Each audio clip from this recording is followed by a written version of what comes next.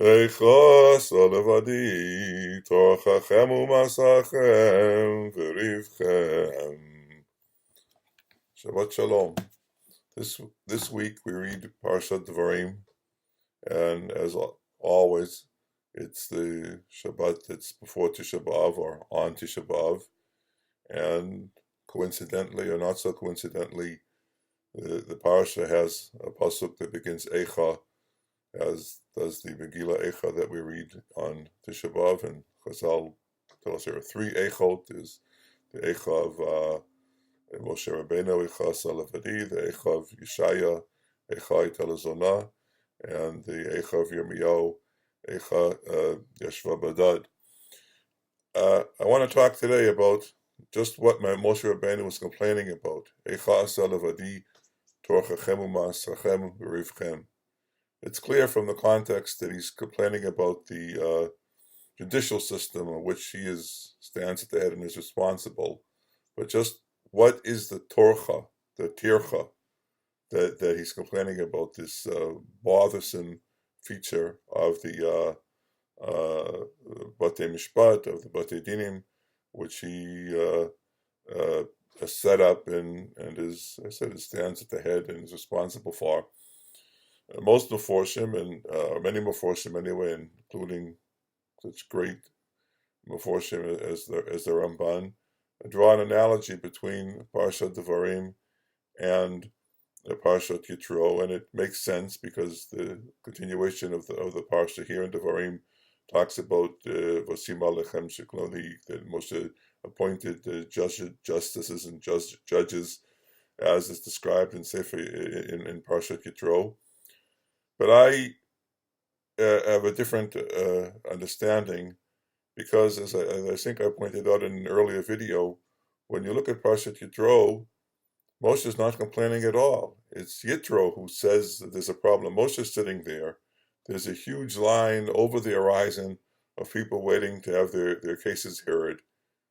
And Moshe doesn't think there's any problem at all. He's willing to sit there as long as it takes and adjudicate all cases that come before him, whether they're big issues or small issues, difficult issues or simple issues. He doesn't see any problem for sitting there and being the judge for all Bnei Yisrael. It's only Yitro who says, well, this is just too much for one person to do. You just can't, weigh yourself out sitting here. And he suggests, convinces Moshe to set up the judicial system. I think that the Torchachem here, the Tircha, this bothersome feature, is as the Midrash describes it. The Midrash describes it, and here you have it on your screen. That Melamed Shiu Tarchanim, HaKetzad, Hayached Mehem Ro'eh Atzmo Nitzuach Bedin, V'omer Yesh Eidim Lavi. יש לי ראיה להביא, מחר אני בא מוסיף עליכם דיינים. לכן נאמר איכה עשה לבדי, מה תלמוד לומר? תורככם, מלמד שיהיו מתורכנים. He's talking here about people who are not simply bringing court cases, but who are being bothersome about it. That whenever it looks like they're about to lose the case, they say, oh, well, wait a minute, I've got some more evidence, I've got some new witnesses. Or if it looks like they don't have, that's not going to work, they say, well, I want a different court, let's add 2 justices. You have the 3 justices, 3 judges in a basic, simple civil matters in Jewish law. But, as long as the number's odd, you can keep adding 2 to make 5, 7, 9, as long as it's an odd number. And so these people, just as they're about to have the judgment issued, say, well, wait a minute. Let's add 2 more judges and have more reasoned and a more thorough understanding. Of course, because why? Because they're afraid they're going to lose if the current makeup of the court stays as it is. This is what the Torah calls torchachem, tircha. Now there is a word in English for this type of attitude. And it's on your screen now. It's called litigious. As you can see here, the word entered into English language in the late 14th century, about 700 years ago, meaning fond of disputes.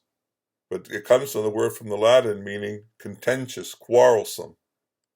And it eventually took on the meaning in English a few hundred years later of fond of engaging in lawsuits. This is exactly what the tircha that Moshe Rabbeinu is talking about. It's not people who simply have court cases, because you can have, if you have a fender bender in the U.S. or some sort of simple, civil case of torts, it's not really a question of right or wrong or good or evil. It's just some sort of event that occurs, and there has to be some adjudication as to who pays what, especially one of these fender benders where it's a question of whose insurance company pays what. And so either party is willing. If it's my, I have to pay, I'll pay. If it's the other party has to pay, I'll take the money.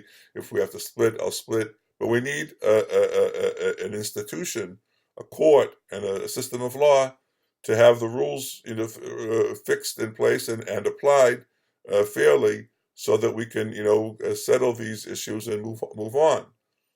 But this is not what Moshe Rabbeinu was talking about. He, as I said, when Yitro came and visited him, and he was dealing with these cases one after another, he didn't see any problem, even if it was going to take him all day long to solve them. What he's complaining about here is the quarrelsome nature of these things, where people refuse to let the case be adjudicated. They're going to win at any cost. They're going to suit the other guy, even if it costs them more money for the lawyer than they could ever recover from the other party.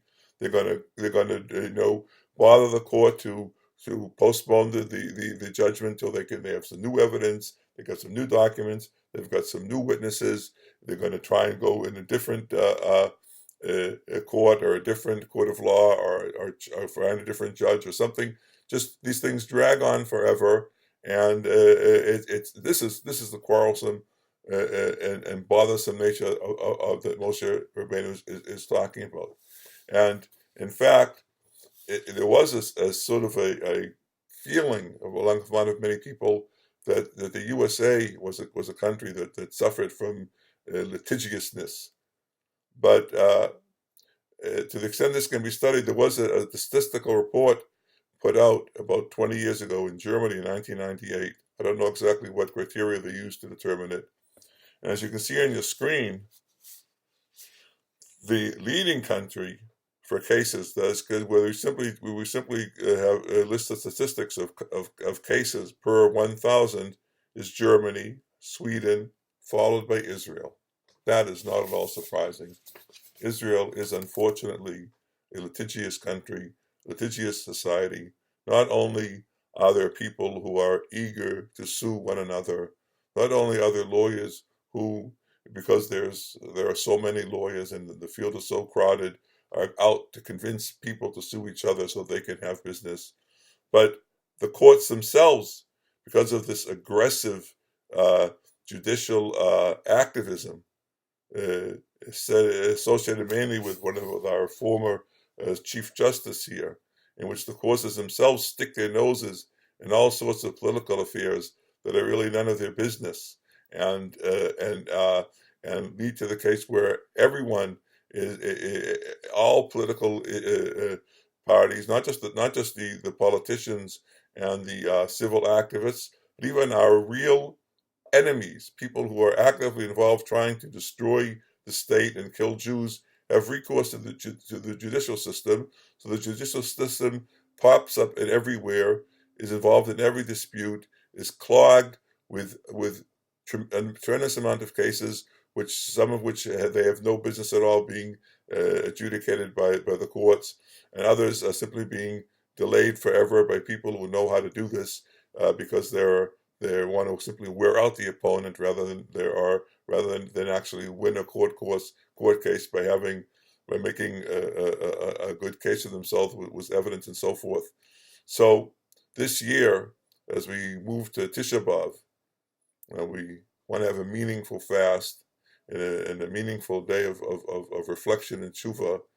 This is another thing to take into account for what our society needs to correct, both individually, not to be quarrelsome, not to sue our rivals or our neighbors for the sake of personal satisfaction, not to try and delay judgments if it looks like we're going to lose the court, but for the society to once and for all get hold of itself and put an end to this activism, political activism, which is on the top part of the courts, which has done so much damage to Israeli society. And so we should remove this tercha, not just from the judicial system, but from society. Let's have meaningful fast and l'achzor b'tshuva shlema v'lerot binyan beit hamikdash gula shlema charav yameinu. Amen.